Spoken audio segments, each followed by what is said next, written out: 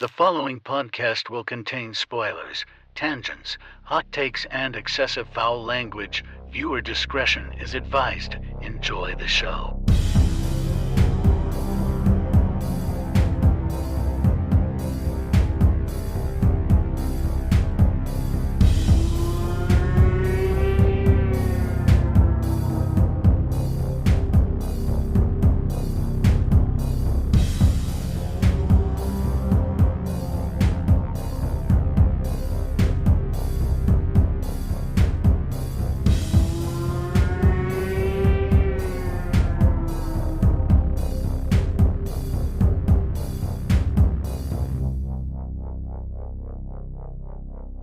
Greetings, horror fans, and welcome to episode 306 of Frightmares. I'm your host, Austin Proctor, and joining me today for 1986's Chopping Mall is John Vogt.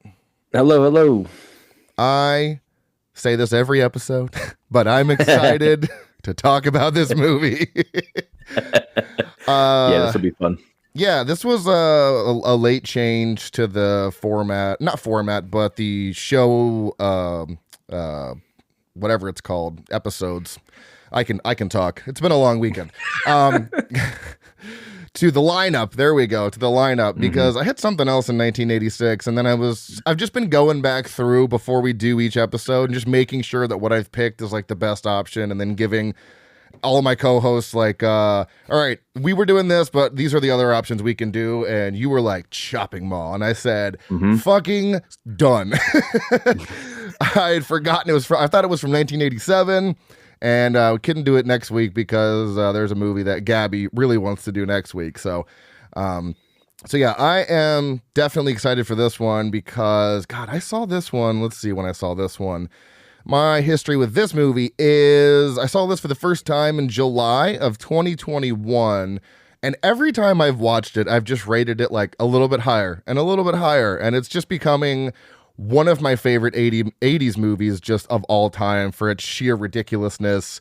It's obviously a B movie, but it's done in such a kind of remarkable way between the setting and the robots. I mean, Christ, those robots look like something straight out of Terminator or some shit. Like, they're very well done for how cheesy the movie is. So I have watched it basically every year, I think. 2021, okay, I skipped 2022, 23, 24, and then most recently. And it's funny, I noticed my last watch was March 23rd, 2024, and I watched it March 21st this year. So I guess I'm just going to start watching it on my birthday, which is March 22nd, and I'll just do that from now on, because apparently I like watching it in March. So I love this movie. I think I saw it for the first time with Joe Bob Briggs. He is a regular on the now, or at least he is now on the Shudder Network, where he does a movie or two every couple of weeks, and pretty sure this is the first episode I ever watched with him, and I was like, this is one of the greatest movies I've ever seen. I love it. And yeah, like I said, I watch it every year. So your history with this movie, had you heard about this and not seen it, or had you seen it before this episode? I had never seen it before, and you said literally everything I wanted to say this episode. So thank you for having me on. I'm gonna go do other things now. No, I'm kidding. But like, he just like went through half of my fucking notes in the first 2 minutes. I don't know what I'm gonna contribute to this now. But you contribute. You contribute so much. Don't you worry. It's funny though, because there's so many times where I'll say something and you'll throw your head back and throw your hands on your face, and I'm like, oh God, did I just upset him? And you're like, that's exactly what I was thinking. I just had it in a note, and I'm like, well, that one's gone. But at least we're on the same wavelength here. That like I'm not the only person thinking of this. This came out. Do you remember what was that documentary they released, In Search of Darkness? I think is what it's called. Yeah. And this popped up on that, and I started just kind of like earmarking like certain movies that I had never fucking heard of, and this is one of them. So when you threw it up, I figured, well, they were talking about it on there, it must be worth watching. Let's go for it. So yeah, man, I watched it probably 4 or 5 times this week. Oh my God.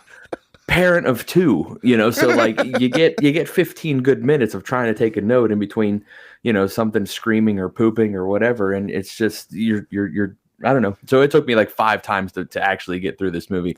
Not because it was bad. I really did enjoy it. It was a lot of fun. But yeah, so I don't really have a history with this movie.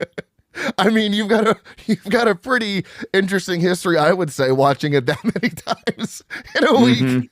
That's amazing. You basically watched it as many times as I have in like 5 years. Oh, that's amazing. Yeah, this is if you've never, because this, I was thinking about this, and for people who are super into horror like us, Chopping Mall is probably on your radar, but for the average horror fan, this might not be something they've heard of. And I'm glad you picked it, because I think it's a little bit of a deep cut, in my opinion at least. And I'm glad that you picked it, just because I just genuinely forgot it was from 86. I thought it was 87, like I said earlier. So I was like, there was no question, because this went up against Friday the 13th Part 6, Jason Lives, and you picked this over that. And I was like, this is my kind of guy right here. Everybody's seen, Jason Lives, and no shade to that movie. It's one of my favorites, but there's just something. Chopping Mall just has something. And I don't know. It's just got that. Yeah. It's got that X factor. I don't know. Yep. We'll obviously dive into that here very shortly. I do need to talk about what did Jason Hill make me watch. And this week from 1986, he made me watch Trick or Treat, not Trick or Treat from like 2007. This is an 80s metal movie. It's basically, it revolves around metal. And it's really, what I love about that is I don't think there's enough movies that revolve around, like horror movies that revolve around metal. You've got Deathgasm from like 2011, which is like a heavy metal movie. Then you've got The Devil's Candy, which isn't necessarily about music, but there's a lot of good heavy metal in it. There's just Destroy All Neighbors, which isn't movie or metal. It's more progressive rock, but that's all I can think of that are focused. Like the main focal point of the movie is about music. And I'm sure there's others, like, don't at me with it. Oh, do you have one to add? Studio 666. Okay, there you go. I knew I was forgetting a bigger one. So yeah, there's 4 that I can think of that really the focal point of the movie is about music or metal or something like that. And that's what I loved about Trick or Treat is it's about, so here we go. So it is about a bully teenager is devastated after the death of his favorite heavy metal icon, Sammy Kerr. But as Halloween night approaches, he discovers that he may be the only one who can stop Sammy from making a satanic comeback from beyond the grave. Essentially, he realizes that he plays the music backwards on vinyl, and the vinyl is like speaking directly to him. And it's really interesting because we all know like the satanic panic back then of playing stuff backwards, and people thought there was all these messages in some of these, famous rockers' music. So I love the idea of basing a movie off of that. Because, have we seen that in movies before where they play it backwards? And, like Evil Dead Rise is a great example where they play the thing backwards and there's just this whole thing. But it doesn't really bring a dead rocker back from the grave. So it brings other things back from, the dead, I guess. So this movie is awesome. The music, obviously, is fucking excellent. I didn't research if they had made original songs for the movie, but I'm just going to assume they did because I've never heard them before. And it's really unclear to me why they called it Trick or Treat, because Halloween seems like such an afterthought in this movie. It's like, sure, there's pumpkins and there's a Halloween dance, but other than that, it's really not based that much in Halloween, in my opinion. And the main character was giving someone, I couldn't really put my finger on it, so the closest combination of people that I can relate him to is a combination of John Travolta and Josh Peck from Drake and Josh. He's got like Josh's kind of face and voice, and then he's got like a John Travolta long hair from the 70s or 80s. Very weird combination. Wasn't a fan of his face at times. He made some really dopey faces, but nonetheless. And then the only thing I wasn't a fan of was there was definitely some form of an entity that was sexually assaulting a girl, I think. I don't know. It was kind of unclear. She was listening to music and like this green ooze came out of it and formed into a hand and started like undressing her. And I was like, why are we doing this 80s? Why are the 80s so fucking rapey? I don't get it. So that's like my only qualm with the movie. Other than that, I think this movie was excellent. And then the ending was kind of anticlimactic in my opinion, but nonetheless, overall, fucking excellent ride. Really enjoyed it. I gave it a 4 out of 5 on Letterboxd. Jason has not rated it that I could find, which is fine. I'm going to say he'd probably give this a 3 or a 3.5 maybe. Usually he's like half a star less than I am. And he'd probably say something about along the lines of the cameos that Ozzy Osbourne had. He had like one small cameo that I fucking missed and had to rewind because it was so quick. But yeah, Ozzy makes an appearance. And the guy who played Sammy Kerr has been in like so many random things.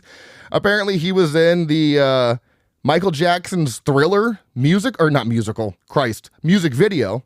And a couple other Michael Jackson things. And then that's really all he did besides some random dancing movies. One's called Dance Academy, and then one's called Backstreet Dreams. So very interesting because I had never seen him before. But it was a lot of fun. And you can check this out. I bought the 4K from Synapse, but it is on Screambox if you do care to check it out. And once again, that is Trick or Treat from 1986. Jason says, check it out. You'll probably hate it. I think in this case, you'll probably love it. But yeah, definitely check that one out. Moving on to the highest grossing movies and Oscar winners of the year. For 1986, the highest grossing movie was Top Gun, $357.3 million. And then the highest grossing horror movie was Poltergeist 2, The Other Side, which is funny because last episode you were on, the highest grossing movie was Poltergeist, and that's the movie we were talking about that episode. So this was the 59th Academy Awards presented on Monday, March 30th, 1987, honoring movies released in 1986. Best Actor goes to Paul Newman for The Color of Money. Actor in a supporting role goes to Michael Caine for Hannah and Her Sisters. Best Actress goes to Marlee Matlin for Children of a Lesser God. Actress in supporting role goes to Diane Wiest for Hannah and Her Sisters. Cinematography goes to Chris Minges for The Mission. Director goes to Oliver Stone for Platoon. Musical score goes to Herbie Hancock for Round Midnight. And Best Picture goes to Platoon. Have you seen Platoon before? I've seen Tropic Thunder, so it's got to be the same thing, right? It's basically... So there's actually a scene. I don't know if you can see that, right? Where he's throwing up his arms. Yeah. I didn't realize that Tropic Thunder essentially took that image where Ben Stiller throws his arms up. I didn't realize that because in the movie it's Willem Dafoe. It's like a huge cast. There's so many big names in that movie. I haven't seen it yet though. I want to. Is exactly what my first notes was the cast. Oh my God. You've got Keith David, Forrest Whitaker, Kevin Dillon, John C. McGinley. If you don't know the name, he plays it's the curly-headed guy from Scrubs, the main doctor or the main nurse or whatever. You've got Johnny Depp, Willem Dafoe, Charlie Sheen, and Tony fucking Todd. Like, good Lord. Yep. Amazing cast. The IMDb summary is Chris Taylor, a neophyte recruit in Vietnam, finds himself caught in a battle of wills between two sergeants, one good and the other evil, a shrewd examination of the brutality of war and the duality of man in conflict. So for me, I don't know what it is specifically about this Vietnam movie I love so much, but it was just really working for me because I think we've watched two others for the Oscars. I know The Deer Hunter was a Vietnam War movie. And there was just so much extra stuff with that. There was a lot of before, a little bit of the war, and then a lot after, which is fine. I totally understand splitting it up into kind of three parts. The other one I watched was Dead Presidents, which wasn't an Oscar winner, but it was another Vietnam War movie. But I think I like this one so much is because the entire movie took place in Vietnam. Like there was no before or after. It was strictly the war and them getting through the war, their part in the war. There wasn't a setup. There wasn't an aftermath. And like I said, I totally get why movies do that. But this one just solely focused on the war itself. And it really worked for me. And I think also the cast obviously had a small part in that because it is a stacked fucking cast. And then there's a lot of scenes that Tropic Thunder, took homage from, I think. because Tropic Thunder is just a parody of Vietnam War movies and a commentary on how ridiculous Hollywood is. So I just didn't realize how much they had taken from certain movies. So yeah, Platoon, great time. We're back on. I totally understand the merit of this one. So it's nice to finally have another Oscar movie that I'm like, this one, totally understand. But it's weird because I know it probably won for more awards than what I've put down. But of all the things I mentioned, it only won for director and best picture out of the ones that I have listed. Because there's a lot more, categories, but I don't want to do every single fucking one. I don't know how many people care about who edited a movie. I mean, I do, but So it's pretty interesting that out of all of these, there was no best actor, no best supporting actor or actress, but really good time. Platoon is streaming on a lot of places, actually. It's on Prime, Tubi, Freevee, and Pluto TV. I gave it a 4 out of 5, and I could honestly see it going up the more I watch it because it's one I definitely want to own. And this one was only, I say only, but it was 2 hours, and that's the runtime it needed to be. I don't think they could have told the same story in under that time, and it wasn't, Out of Africa or Amadeus at nearly 3 fucking hours, so... I support, I support that. So if you are ready, we can move on to the IMDb Roundup, sir. Yeah, let's do it. Let's do it. So here we go. IMDb Roundup. Wrong one. There it is. One day I'll get these buttons down. This is Chopping Mall from 1986, released on March 14th of that year in the U.S. as a limited run. Rated R for moderate sex and nudity, moderate violence and gore, moderate profanity, mild alcohol, drugs, and smoking, and mild frightening and intense scenes. Coming in at 1 hour and 17 minutes. Fucking perfect time. Exactly what I want from a horror movie, between 75 and 89 minutes. This is right in that sweet spot. Listed as a horror sci-fi. Directed by Jim Wynorski, who has 110 credits, right? He also did Sorority House Massacre 2, 976 Evil 2, and a lot of porn. So much porn. So much so that I wrote down the funniest ones in my opinion. So I'm going to run these by you and you can tell me which one's your favorite. we have Scream Queen Hot Tub Party, The Bear Wench Project 1 through 5, Invasion of the Hottie Snatchers, Alabama Jones and the Busty Crusade, The Witches of Breastwick 1 and 2, The Breastford Wives, classic, House on Hooter Hill, The Da Vinci Coed, The Devil Wears Nada, and The Hills Have Thighs. Are you sending him these puns? Like, the ones you do for your different months and everything? Are you the one that's coming up with these names? Because if not, you should be. In my former life, back when I was alive in the 80s, I was making titles for Jim Wynorski. God, I would love to have him on the show to talk about The Witches of Breastwick. Fuck, that's so good. So yeah, he's done a lot of what you wish for. That's the episode I get canceled on. Right. Oh, man. So it's also written by Jim Wynorski, who also wrote The Forbidden World, House 4, and again, a lot of his porn titles. And then we have Steve Mitchell, who only has 13 credits and mainly did work in television. Composed by Chuck Serino, who also composed Sorority House Massacre 2, 976 Evil 2, and plenty more of Jim Wynorski's porn. Yeah, that makes sense. Cinematography by Tom Richmond, who also did the cinematography for Hard Rock Zombies, Amityville Horror, The Evil Escapes, and House of a Thousand Corpses. Edited by Leslie Rosenthal, who only edited 8 things, but also did Ticks, which is an episode we did a couple years back. So we have a pretty big main cast. First is Kelly Maroney as Allison Parks, who was also in Night of the Comet as Samantha Belmont, who I talked about recently on the last Jason pick from 1984. We've got Tony O'Dell as Ferdy Measle, who was also in The Karate Kid 1 and 2. Yeah, Ferdy Measle, what a name. Karate Kid 1 and 2 is Jimmy. We've got Russell Todd as Rick Stanton, who was also in Friday the 13th Part 2 as Scott. Then we've got Carrie Emerson as Linda Stanton, who was also in 168 episodes of The Edge of the Night, whatever that is. Then we've Obviously. got my 80s heartthrob, Barbara Crampton as Susie Lynn. She's been in a lot of stuff, but most notably for me, Reanimator, but she was also in From Beyond as Dr. Catherine McMichaels. Nick Siegel is Greg Williams, who only has 6 credits, but he was also in Breakin' 2, Electric Boogaloo as Derek. John Terlesky is Mike Brennan, who was also in Deathstalker 2, Duel of the Titans as Deathstalker, and Susie Slater as Leslie Todd, who is on the poster for Sorority House Massacre, but wasn't in the actual movie. Fun fact. Makes no sense. I had been wondering. Yeah, I looked at the poster because that's the only picture she has on IMDb other than her face. And I went to go to the cast list for that, and she's not in there. But the first bit of trivia is she's on the poster, not in the movie. Got it.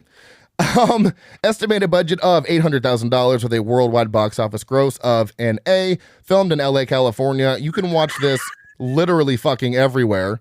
Prime, Shudder, Peacock, Tubi, AMC Plus, Freevee, Screambox, and Pluto. Fuck. Pornhub. Well, not if you're in Florida. Not if you're in Florida, because they got rid of that shit for Floridians for some reason. So same with in PA, right? You know that I hate Elon Musk, and I have for many months. Of course. From this carries over from my podcast, but I have Starlink. I live in Pennsylvania, and if my internet, you guys don't have to know this, but I'm going to tell you anyway. I want to hear. If I'm hooked up to my internet, it says I'm in Virginia for some reason, and the legislative, the laws or whatever, they canceled Pornhub over there. But if I take the Wi-Fi off and I just go back to the old glitchy regular service that I have, I can still do research. But I was just looking up this director's films on there to see if I could find any. That's the only reason. Taking my Pornhub away. IMDb summary: a group of young shopping mall employees stay behind for a late night party in one of the stores when the mall goes on. Sorry. What happened? It's just such a ridiculous premise, the whole fucking movie. When the mall goes on lockdown before they can get out, the robot security system malfunctions and goes on a killing spree. This is Chopping Mall. They broke into the mall for the wildest all-night party of their lives. Get that meat.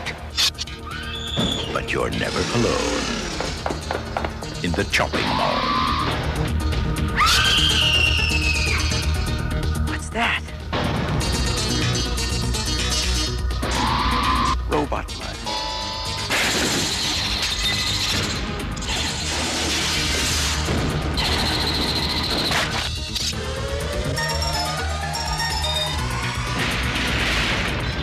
Chopping Mall, where shopping costs you an arm and a leg. So, John, hit me with those overall thoughts, please. I mean, if Short Circuit were a horror movie, right? It's just, and scary robots, all they need is a building that they're stored in to get hit by lightning. Like, I don't know. Some dude back in '86 was probably using this as a cautionary tale about technology, because I don't think anybody knew how any of this stuff worked. But this was after Terminator's release, so they're just like robots that'll kill everybody. But it was the '80s, a time rife with teenagers in their mid-30s exploring their sexuality. Was it mandatory to cram as much nudity as you could into these movies? Because it's just it's blatant. There's that scene. At first I thought it was going to be subtle, because there's a locker room scene where I guess all mall employees just shower together, right? I had no idea what that, or they're at a restaurant. Nobody showers together after working in a restaurant. You don't do that. But then later on, they're in the furniture store, right, where they're all trying to bang each other, and she says something. Barbara Crampton, is that her name? Yeah, Crampton. Yeah. Says something to her boyfriend, you smell like meat, and he says I thought you liked that or something. And then she approaches the camera and then just gets naked, takes her shirt off, and that's it. There's no other point to the scene but to show her boobs. That's the only reason that scene exists. But it's a very fun, cheesy horror flick. The score really stood out to me. So when you said that dude was in porn, I just pictured some fired up dude on coke just pinging away at his keyboard, because some of the scenes are just so unnecessary. at like how ridiculous. Like I'm just picturing like cigarette and just sweat pouring off it, and he's just like yes, yes, yes. Like it's just like just when the score doesn't need to be as intense and like aggressive as it is at points, but it really just. Like, this is an experience. This is a very fun movie. I'm glad we picked it. I really enjoyed this. I could watch this any fucking time. Yes. You have no idea how happy it makes me that we found it, because I know for both of us, we do tend to watch a little bit, I love the 80s. It's one of my favorite decades, but I do tend to lean more towards modern horror. I think we've gone in such a good way with horror movies, and we're just hitting a peak right now with horror. But it's nice that we found an 80s movie that you're saying like that you regard this highly. Makes me so happy. And especially because it's this silly, cheesy B movie with killer robots. That's fucking great. Yes. I do have two things to comment on, because it's funny, you brought up two of my points, which is hilarious. So we're really just alley-ooping each other right now. But when you said the locker room scene, this is the second movie, John, that we've reviewed where women are just frolicking around naked in the locker rooms. First was Carrie, and then this one, because I had the same thought. I'm like, who goes? Are there locker rooms at the fucking mall with showers? Because you know what this movie needs is a locker room scene for no reason in the mall. Where just women are walking by topless, and then Barbara Crampton comes to the camera with everyone else in the store fucking in beds, and just boom, boom, and you're like, I mean, cool, but also why? And that scene to me is just ridiculous, because not only is everyone in the furniture store banging, but what's the craziest part to me is the married couple doing it. I understand all the single people or all the people that are just couples, but the married couple doing that, I'm like, that's a weird boundary for me. Couldn't do that with my wife. That's just very weird and awkward. But then, of course, you have Ferdy and Allison watching a sci-fi movie, and I fucking love their relationship. I'll get to that. I'll get to that in 2 seconds. But yeah, my overall thoughts basically the same as yours. Ridiculously over the top score that weirdly fits. Silly premise that really, again, it's just doesn't make sense. No. So this whole movie is just a wild amount of, I don't even know how to put it into words. It's just so brilliantly unhinged and the wackiest way with incredible effects. So we'll go into likes here. I did mention this already, but I love the runtime. 77 minutes. I mean, we're talking in and out with credits. We're talking an hour and 12 minutes. So, I mean, come on. And there's no time wasted, but it's not rushed. It doesn't overstay its welcome. You get in, you get out, and everybody is happy. And I really love a movie that shows you its hand right from the beginning, but in a funny way, because it shows you the robots and what they can do, and then it's like the end, and you're like, wait, is that the movie? Did they just trick me into what's going on? And then the camera, pulls away from a little snippet of the robots. And then you go to this crowd of people with an advertisement for the robots. And I think it's also hilarious that a mall needs... Did you see the fucking steel doors that the mall had? Dude, it's so ridiculous. It's just like you said, you're watching it and you're just like, it's just getting more like ramped up and intense. Drugs had to be involved. Oh, like they had to be like some kind of. I want to know what the budget was for cocaine on this, because it wasn't on the rest of the shit. A third of the budget. Yeah. Just fucking taking 8 balls to the face. So it's hilarious that the mall thinks they need these giant steel doors like it's a fucking spaceship or the zombie apocalypse is on the way. I mean, Christ almighty, you already have the robots. I don't think you need the steel doors at all. I really do enjoy the score because I feel it is so intense and it's so just in your face, but it is a fucking vibe. It's kind of futuristic sounding and kind of robot-ish, and it just fits so well. Also, Barbara Crampton. That's it. Just Barbara Crampton. Just wanted to mention her name. Love her. You mentioned the how the lightning hits the building, and I think that's hysterical because it doesn't explain anything. The power, no, that's all it took. Yeah, the power doesn't go out. I think it flickers. Nope. But that's all it takes. Not bad programming, not a power surge. It's just the lights flicker and then, all right, robots are bad now. Movie logic. I love it. Yep, that's it. It's like That's someone, all it like, if takes. you're watching it, you're like, I don't know enough about that to disprove it or disagree that that's actually possible. So we're just going to go with it, I guess. And it's not like the robots were even hooked up to the, like, plugged in or anything. So it's, No, they're just there. So hanging out in their room with blinking lights. yeah, and then the lightning hits, and then one of the robots turns over to the left, and it's like, bink, and then turns off, and the guy looks back behind him. I'm like, okay, robots are bad now because lightning. Got it. I guess they... Rest in peace, Marty. Yeah, I guess that fried their chips, and now they're evil. It's like the opening of Child's Play 2019, where the guy is on the computer and he just takes off all the safety protocols for Chucky. It's like, one, why was that so easy? And two, that's all it takes to make this doll just start killing people. Okay. Yep. Got it. Yeah, and I already talked to you about the wandering around topless in the locker room. It just seems to be the theme for movies that we do. Not sure what's up with that. But It's the 80s. It's the 80s. Yeah, that's the explanation. I do want to ask you about Ferdy, or talk to you about Ferdy and Allison's relationship, because I think it is so goddamn cute and wholesome.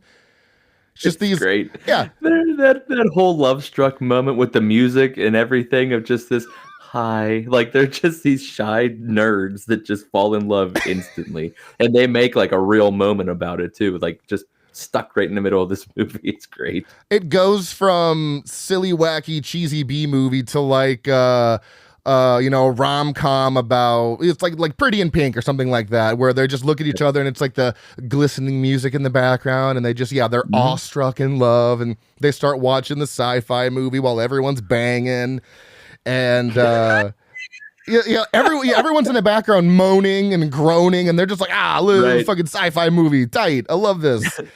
Guys, the movie isn't over yet. Why are you clapping? Yeah.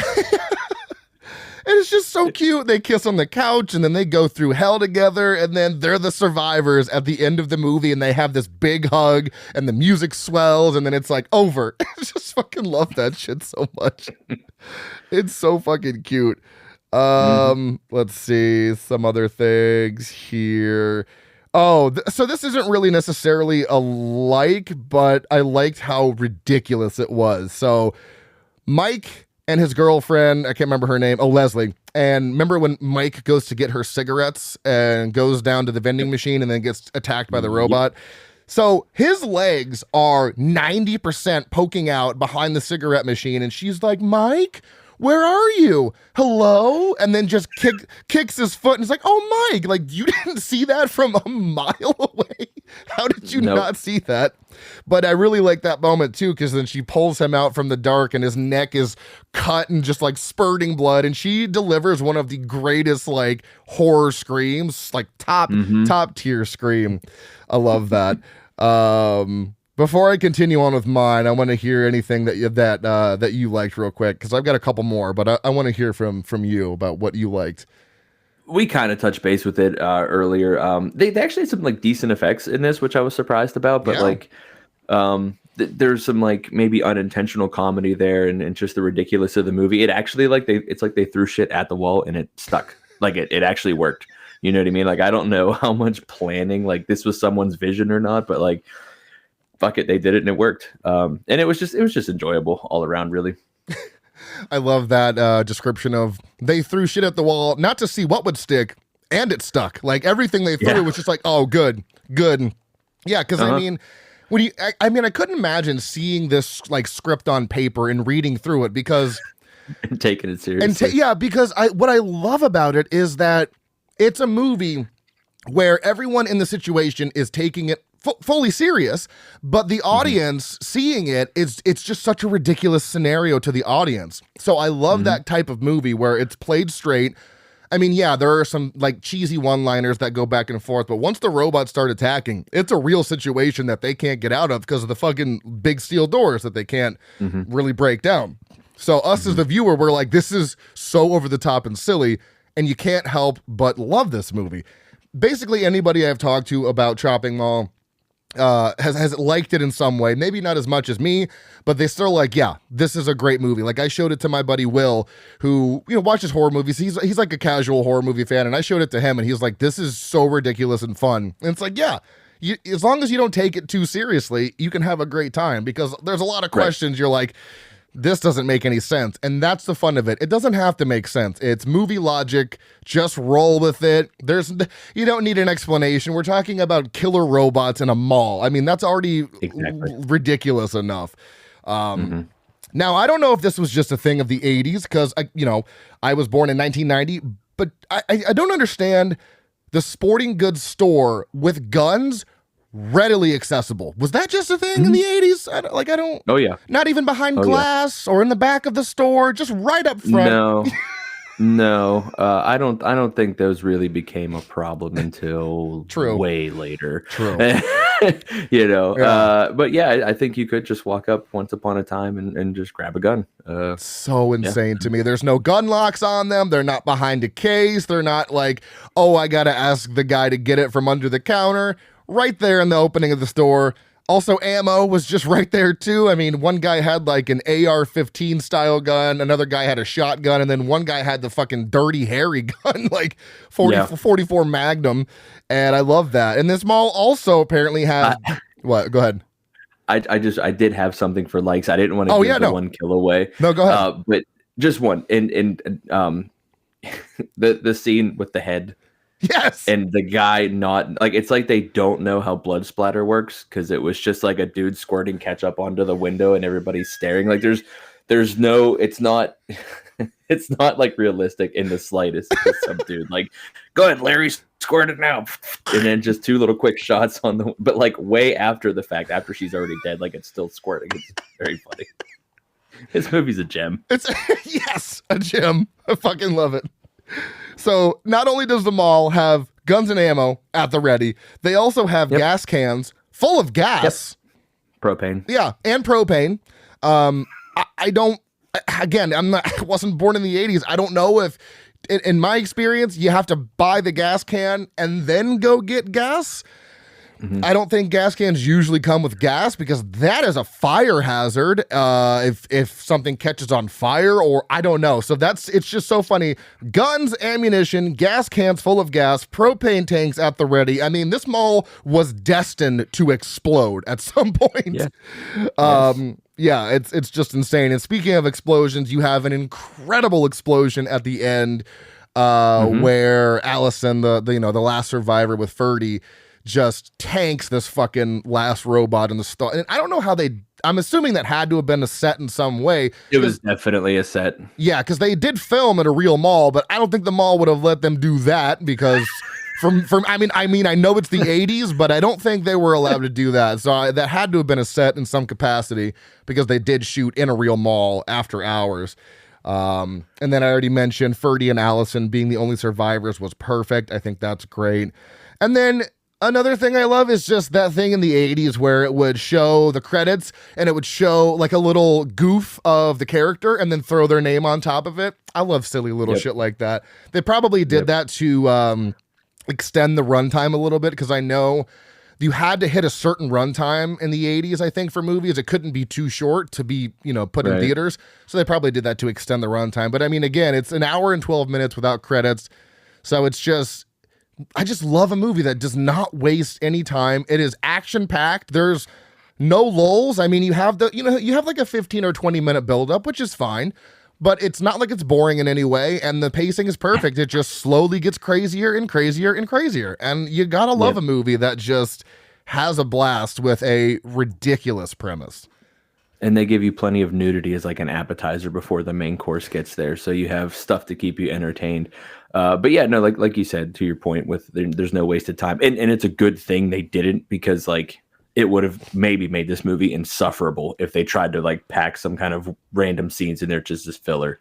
But yeah, and there's one scene we'll talk about here later on, but that I wasn't a huge fan of, but probably like 4 minutes worth that they could have just like cropped out real quick. But if this movie would have been even 90 minutes, I think would have been too long for this movie. 13 extra minutes, I think, would have been too much. So yeah, and there's not really there's like some world building. There's the Mike's girlfriend Leslie, her dad, I think, owns the furniture store, I believe. And obviously he doesn't like Mike. I wouldn't like Mike either if I was Leslie's dad. So there's a little bit of like world building with, oh, we're having a party here tonight. These are all coworkers, and that's pretty much it. There's not any unnecessary explanation or plot devices that don't come to fruition later. It's just a very simple, basic plot of teens partying, people in their 20s or 30s partying in a mall. Weird place to party. Did they not see the advertisement for the robots? Did they not care? Like so many questions that I have, but they really just don't matter because at the end of the day, I don't care. Like I don't need any of these questions I have answered because I have so much fun with the movie. But yeah, any more time to this, I think, would have dragged it down. And if they tried to fill it with any unnecessary plot, like there's some times where I don't need plot, and this is exactly one of those instances. It's killer robots in a mall. You have me. I don't, you don't need to try to explain this. It's a ridiculous plot. So that's, I could, like, just like Return of the Living Dead, I could go on and on with likes, but I don't want to sit here and bore everybody. I had 2 dislikes, and they're not even dislikes that affected my rating in any way. But yeah, everyone banging in the same room is just crazy behavior. It's just, especially because they're all, if it would almost make more sense if they were just strangers, whatever, but they're all friends. So it's just weird that 6 friends are just banging in front of each other and the married couple. And then the way Mike chews his gum like a fucking Neanderthal, just like smacking his lip, driving me crazy. I hate his little fucking smirk and his grim and the way he chews his gum. So those are my dislikes, but they didn't affect my rating. It's just 2 things I was like, ugh, God. Did you have any dislikes for Chopping Mall? I know you said there was a scene that you weren't a fan of. So what was that scene? That'll come up a little bit later. Okay, yeah, I can't remember. I did note it. I'm not sure which section. The dislike I had was the chef in the beginning, just dirty as fuck, casually hitting a cigarette in front of everybody, right? Just, yeah, this is the guy handling your food, and he looks like a fucking slob. There's actually a famous pizza place in Pittsburgh. I'm not going to name it.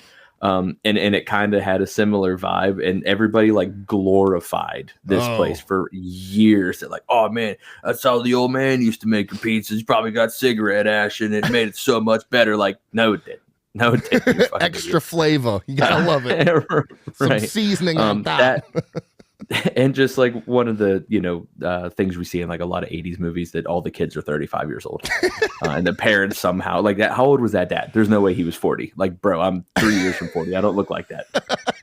Yeah, he had, I'm getting some grays at 35, but I didn't have, I'm pretty sure he had a full head of gray hair and, wearing a blazer. I'm curious to see, because I know Barbara Crampton was she was about 30. I'm going to double check here because I am curious. Oh, she's one of those people on IMDb that just has their birth date and no year. So fine. And same with the main actress in this. What is this? Okay, Tony O'Dell, who played Ferdy, he was born in 1960 and this movie was 86, so he was 26. So yeah, I'm assuming everyone was around 26 to 30 years old. I don't remember what the dad's name was. Leslie, I don't know. He was I guarantee he was in his, Mr. Todd. It was Mr. Todd. He was, holy shit, 1938, and I can't do math, so don't hate me. Oh, he was only 48, dude. He looks 60. Dude, so he's 10 years older than what I am right now. Yeah. And we don't look. No, I don't think I'm going to look like, yeah. Wow, 48. He looked pretty rough for 48. I also do want to shout out to Dick Miller, who had a small role in this as the janitor who got zapped real quick. Dick Miller's just an incredible dude. He has like almost 200 credits. He's been in a lot of stuff, so had to throw him out there. Let's see here. So my hot take, which is, it's definitely hotter than the last couple takes I've had.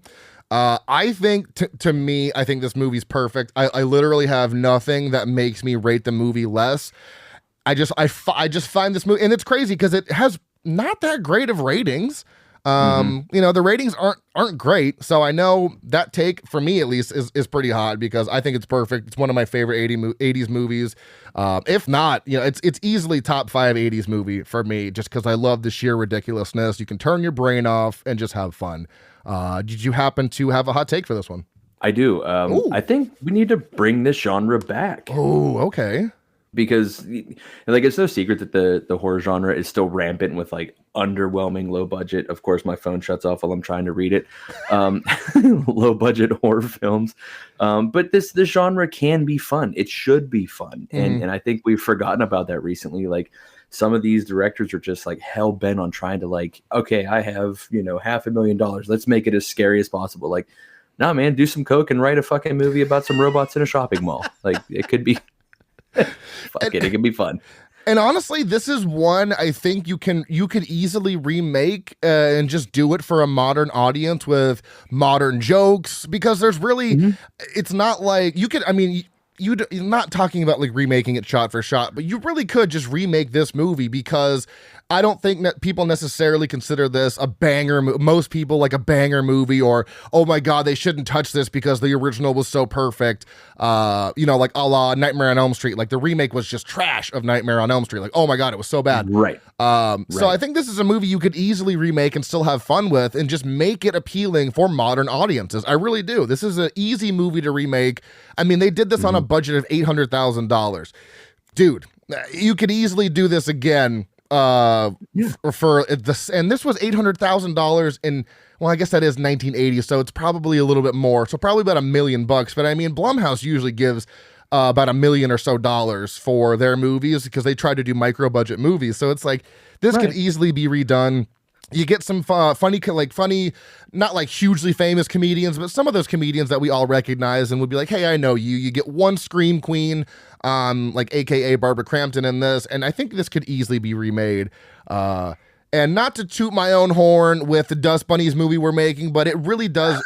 It has a similar vibe in the sense of my main actor in the movie is taking this situation seriously, but everyone watching it is going to be like, this is ridiculous. It's about dust bunnies, really?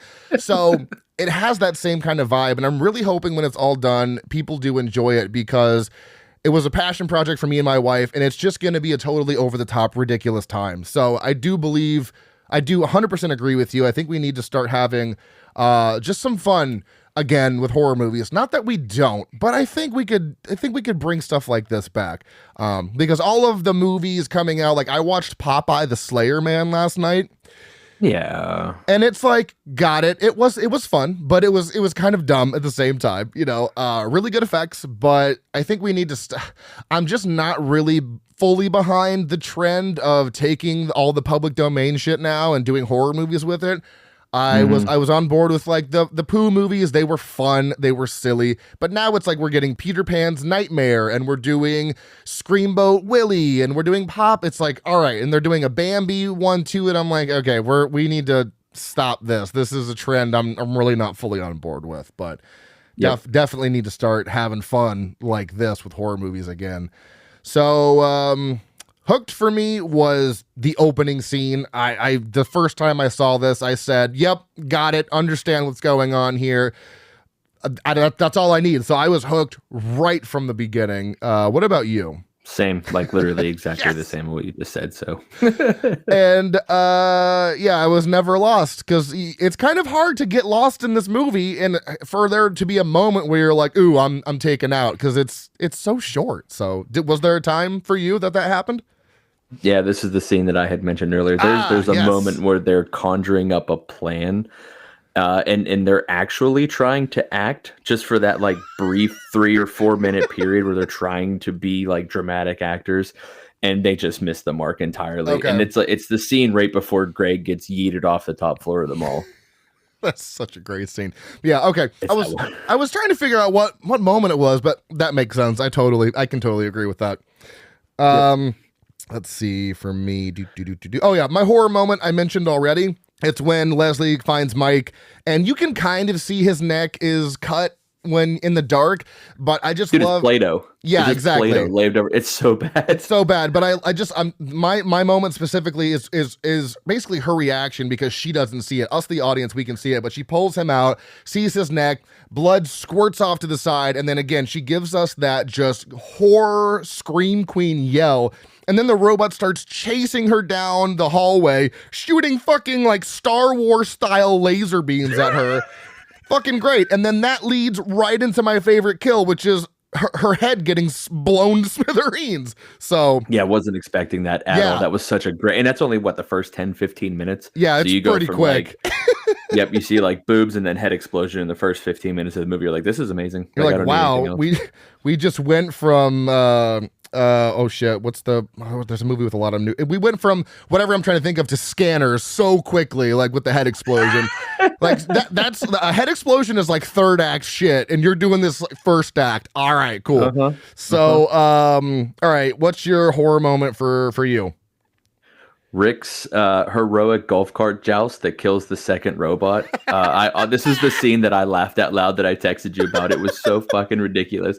He has his AR-15 after he watches Linda get shot, and like slowly bumps into this thing, and then he gets electrocuted and dies like immediately, and the robot dies. Like, it was just the most ridiculous kill I think I've ever seen in my life. It was fucking great. You get a double dosage of killing for your horror. So was that your horror moment into your kill as well? The kill was the head explosion, because it was just, I mean, it's hard to top that. It's kind of hard to top that.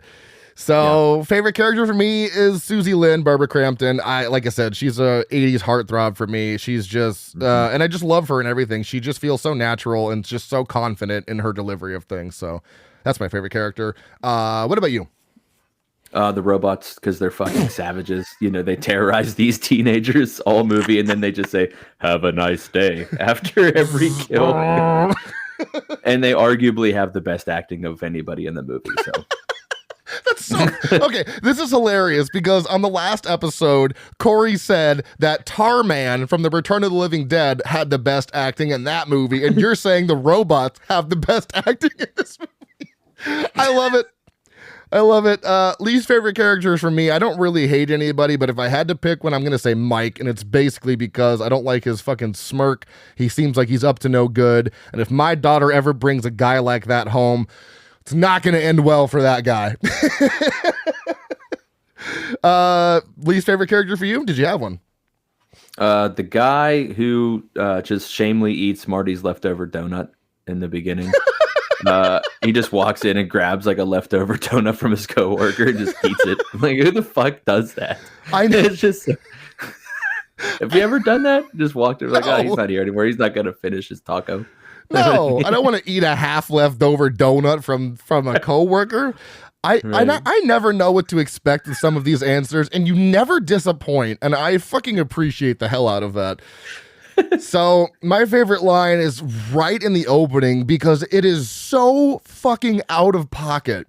But it's the guy and the girl. I think they're a married couple, and he's like, "I don't know, Mary. The one in the middle has an unpleasantly ethnic quality." Like, what? Jesus Like, Christ. what?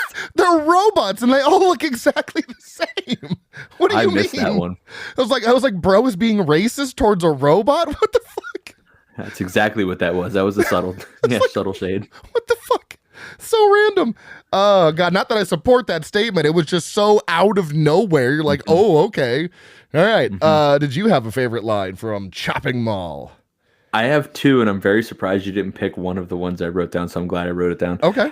When they go to the sporting goods store, they do all their stuff, and they're like, well, how do we get in? And the other guy says, don't worry, I have a key, and then throws a crowbar through the fucking window. That scene got me really.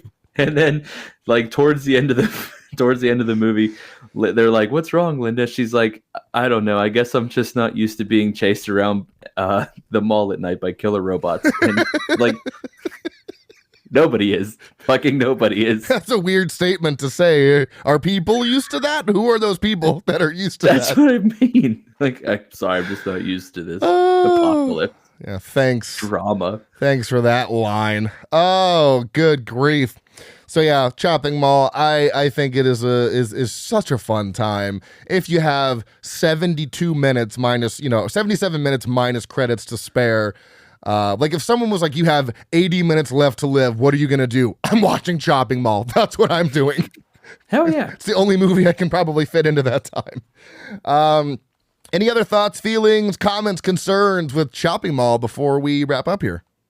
Yeah, I had two more things actually. Like I said, I really enjoyed this. I was taking notes. Let's go. Then again, I watched it like 5.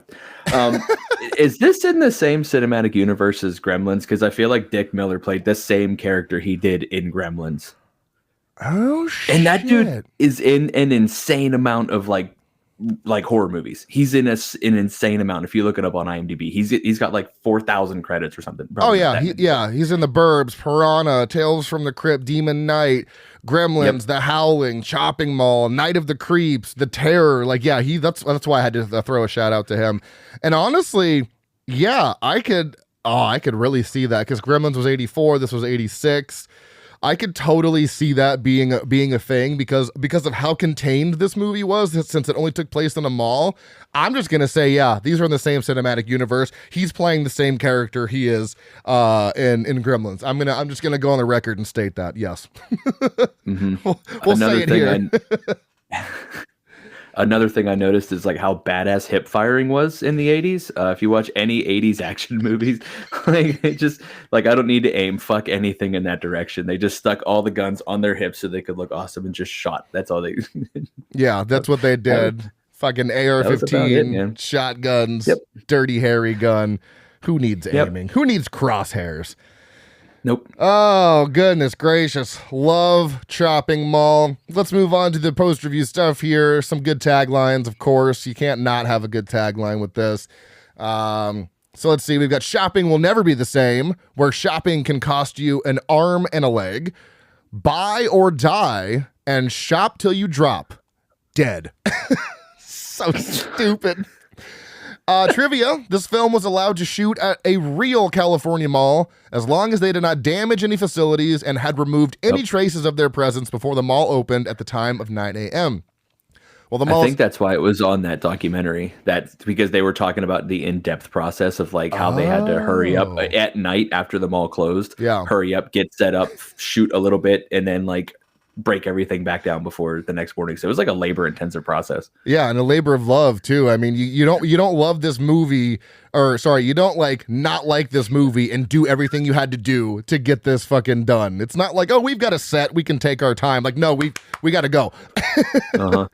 While the mall's head of security didn't like the filmmakers and was constantly accusing them of causing disrepair, the mall's owner was supportive of the film and made sure the production was able to complete its work on schedule. Thank you, mall owner. The special effects crew actually built 5 remote-controlled robots to serve as the Protector Killbots. 3 were required for scenes of the robots together in the first half of the film, while 2 extras as backup in the event the originals were damaged during any of the action sequences. In order to keep the robots looking realistic, they were constructed out of such items as wheelchair frames and pieces of conveyor belt. Excluding shooting laser beams, most of what the Killbots are seen doing on screen was a result of effects crew operating them via remote. So that's pretty amazing. The pet shop where Allison hides from the robots is called Roger's Little Shop of Pets, a reference to Roger Corman's The Little Shop of Horrors. The inciting moment that kicks off the action is identical to Short Circuit in 1986, which is a robot getting struck by lightning, but the results are exactly the opposite. In Short Circuit, a killer military robot becomes a sweetheart, whereas Chopping Mall, good security robots become killers. So it's basically the polar opposite of Short Circuit. And this was shot in 22 days. Pretty fucking awesome. Goofs, we have gasoline cans in stores are always empty. There are no place for the girls to get gas to fill them up. That's a truck. Oh my God. Jake breaking down the hill next to where I live. Good grief. Excuse me. Yeah, sorry. Oh, it was my stomach. Unless incendiary ammunition is used, bullets puncturing propane tanks do not cause them to explode. Throughout the entire movie, people can be seen walking around in the background on different floors of the mall, even though it's supposed to be closed. This is because it was a real mall. And a robot laser blows Leslie's head to bits. Later, the lasers only minorly wound two of the main characters. Hilarious. Yep. Rated 5.6 out of 10 on IMDb and 2.9 out of 5 on Letterboxd, has a 55% on the tomato meter and a 39% audience score. Major fucking boo. What did you rate this movie, John? 3 out of 5. But I mean, for like rewatchability and just, it depends on what you're watching it for. Okay. Like, are you trying to get scared? It ain't going to happen. If you want to, hang out and relax and laugh a little bit, it's a 5 out of 5. I'm pretty sure I might be the only person on earth that gives this a 5 out of 5. But like I said, it's for me, it's just a perfect movie. It checks every single box that I want in a cheesy B movie from the 80s. For me, it's perfect. Similar movies according to Letterboxd, we have Jason X, Friday the 13th, 2009, Willy's Wonderland, Freddy vs. Jason, and the Banana Splits movie. And similar movies according to IMDb, we have The Slumber Party Massacre, 1982, The Stuff, Night of the Comets, Pieces, and Reanimator. Did you happen to find any funny reviews? Nope. Okay, here's some of mine. Here we go. 3 stars from Aaron. The robot saying "thank you, have a nice day" after every kill is peak comedy. Totally agree. 3.5 from Jordan James. Not enough chopping. 4 stars from Cinema Void, which I'm assuming was written during COVID because it says every mall should have kill bots for those refusing to wear a mask in public. Jesus Christ. 3 stars from Wade. What was the chopping mall exactly? And 3 stars from Joe. Wally was kind of a dick before the system update, wasn't he? And I agree. I think Wally absolutely took a page from Chopping Mall because they look very similar. Obviously, Wally has to have some sort of a face that is expressive, and these don't. But I mean, the tracks and the overall build of the robots from this movie vibe so heavily like Wally. So. If you enjoy the show, please rate and review on your favorite podcast app of choice. Follow us on Facebook, Instagram, TikTok, and Slasher app at frightmarespodcast. Our email is stayspooky@outlook.com. You can also follow me personally on Letterboxd at Dr. Proctor. You are Lord of Beer? I am Lord of Beer. Yeah, sorry, on Beer. that app thing that we Letterboxd. So if you want to listen to John's show, which is still up, go check it out. Little Hops of Horrors. He's got almost 100 episodes and still crushing it with that. What is it, like 500 plays on The Sadness? Yeah, for some reason that is really popular. It is like so much higher than any of my other episodes. I don't know why. So random. Next week, Corey and I will be sitting down with the director of The Last Exorcism from 2010 for your bonus episode. So until then, stay tuned and stay spooky.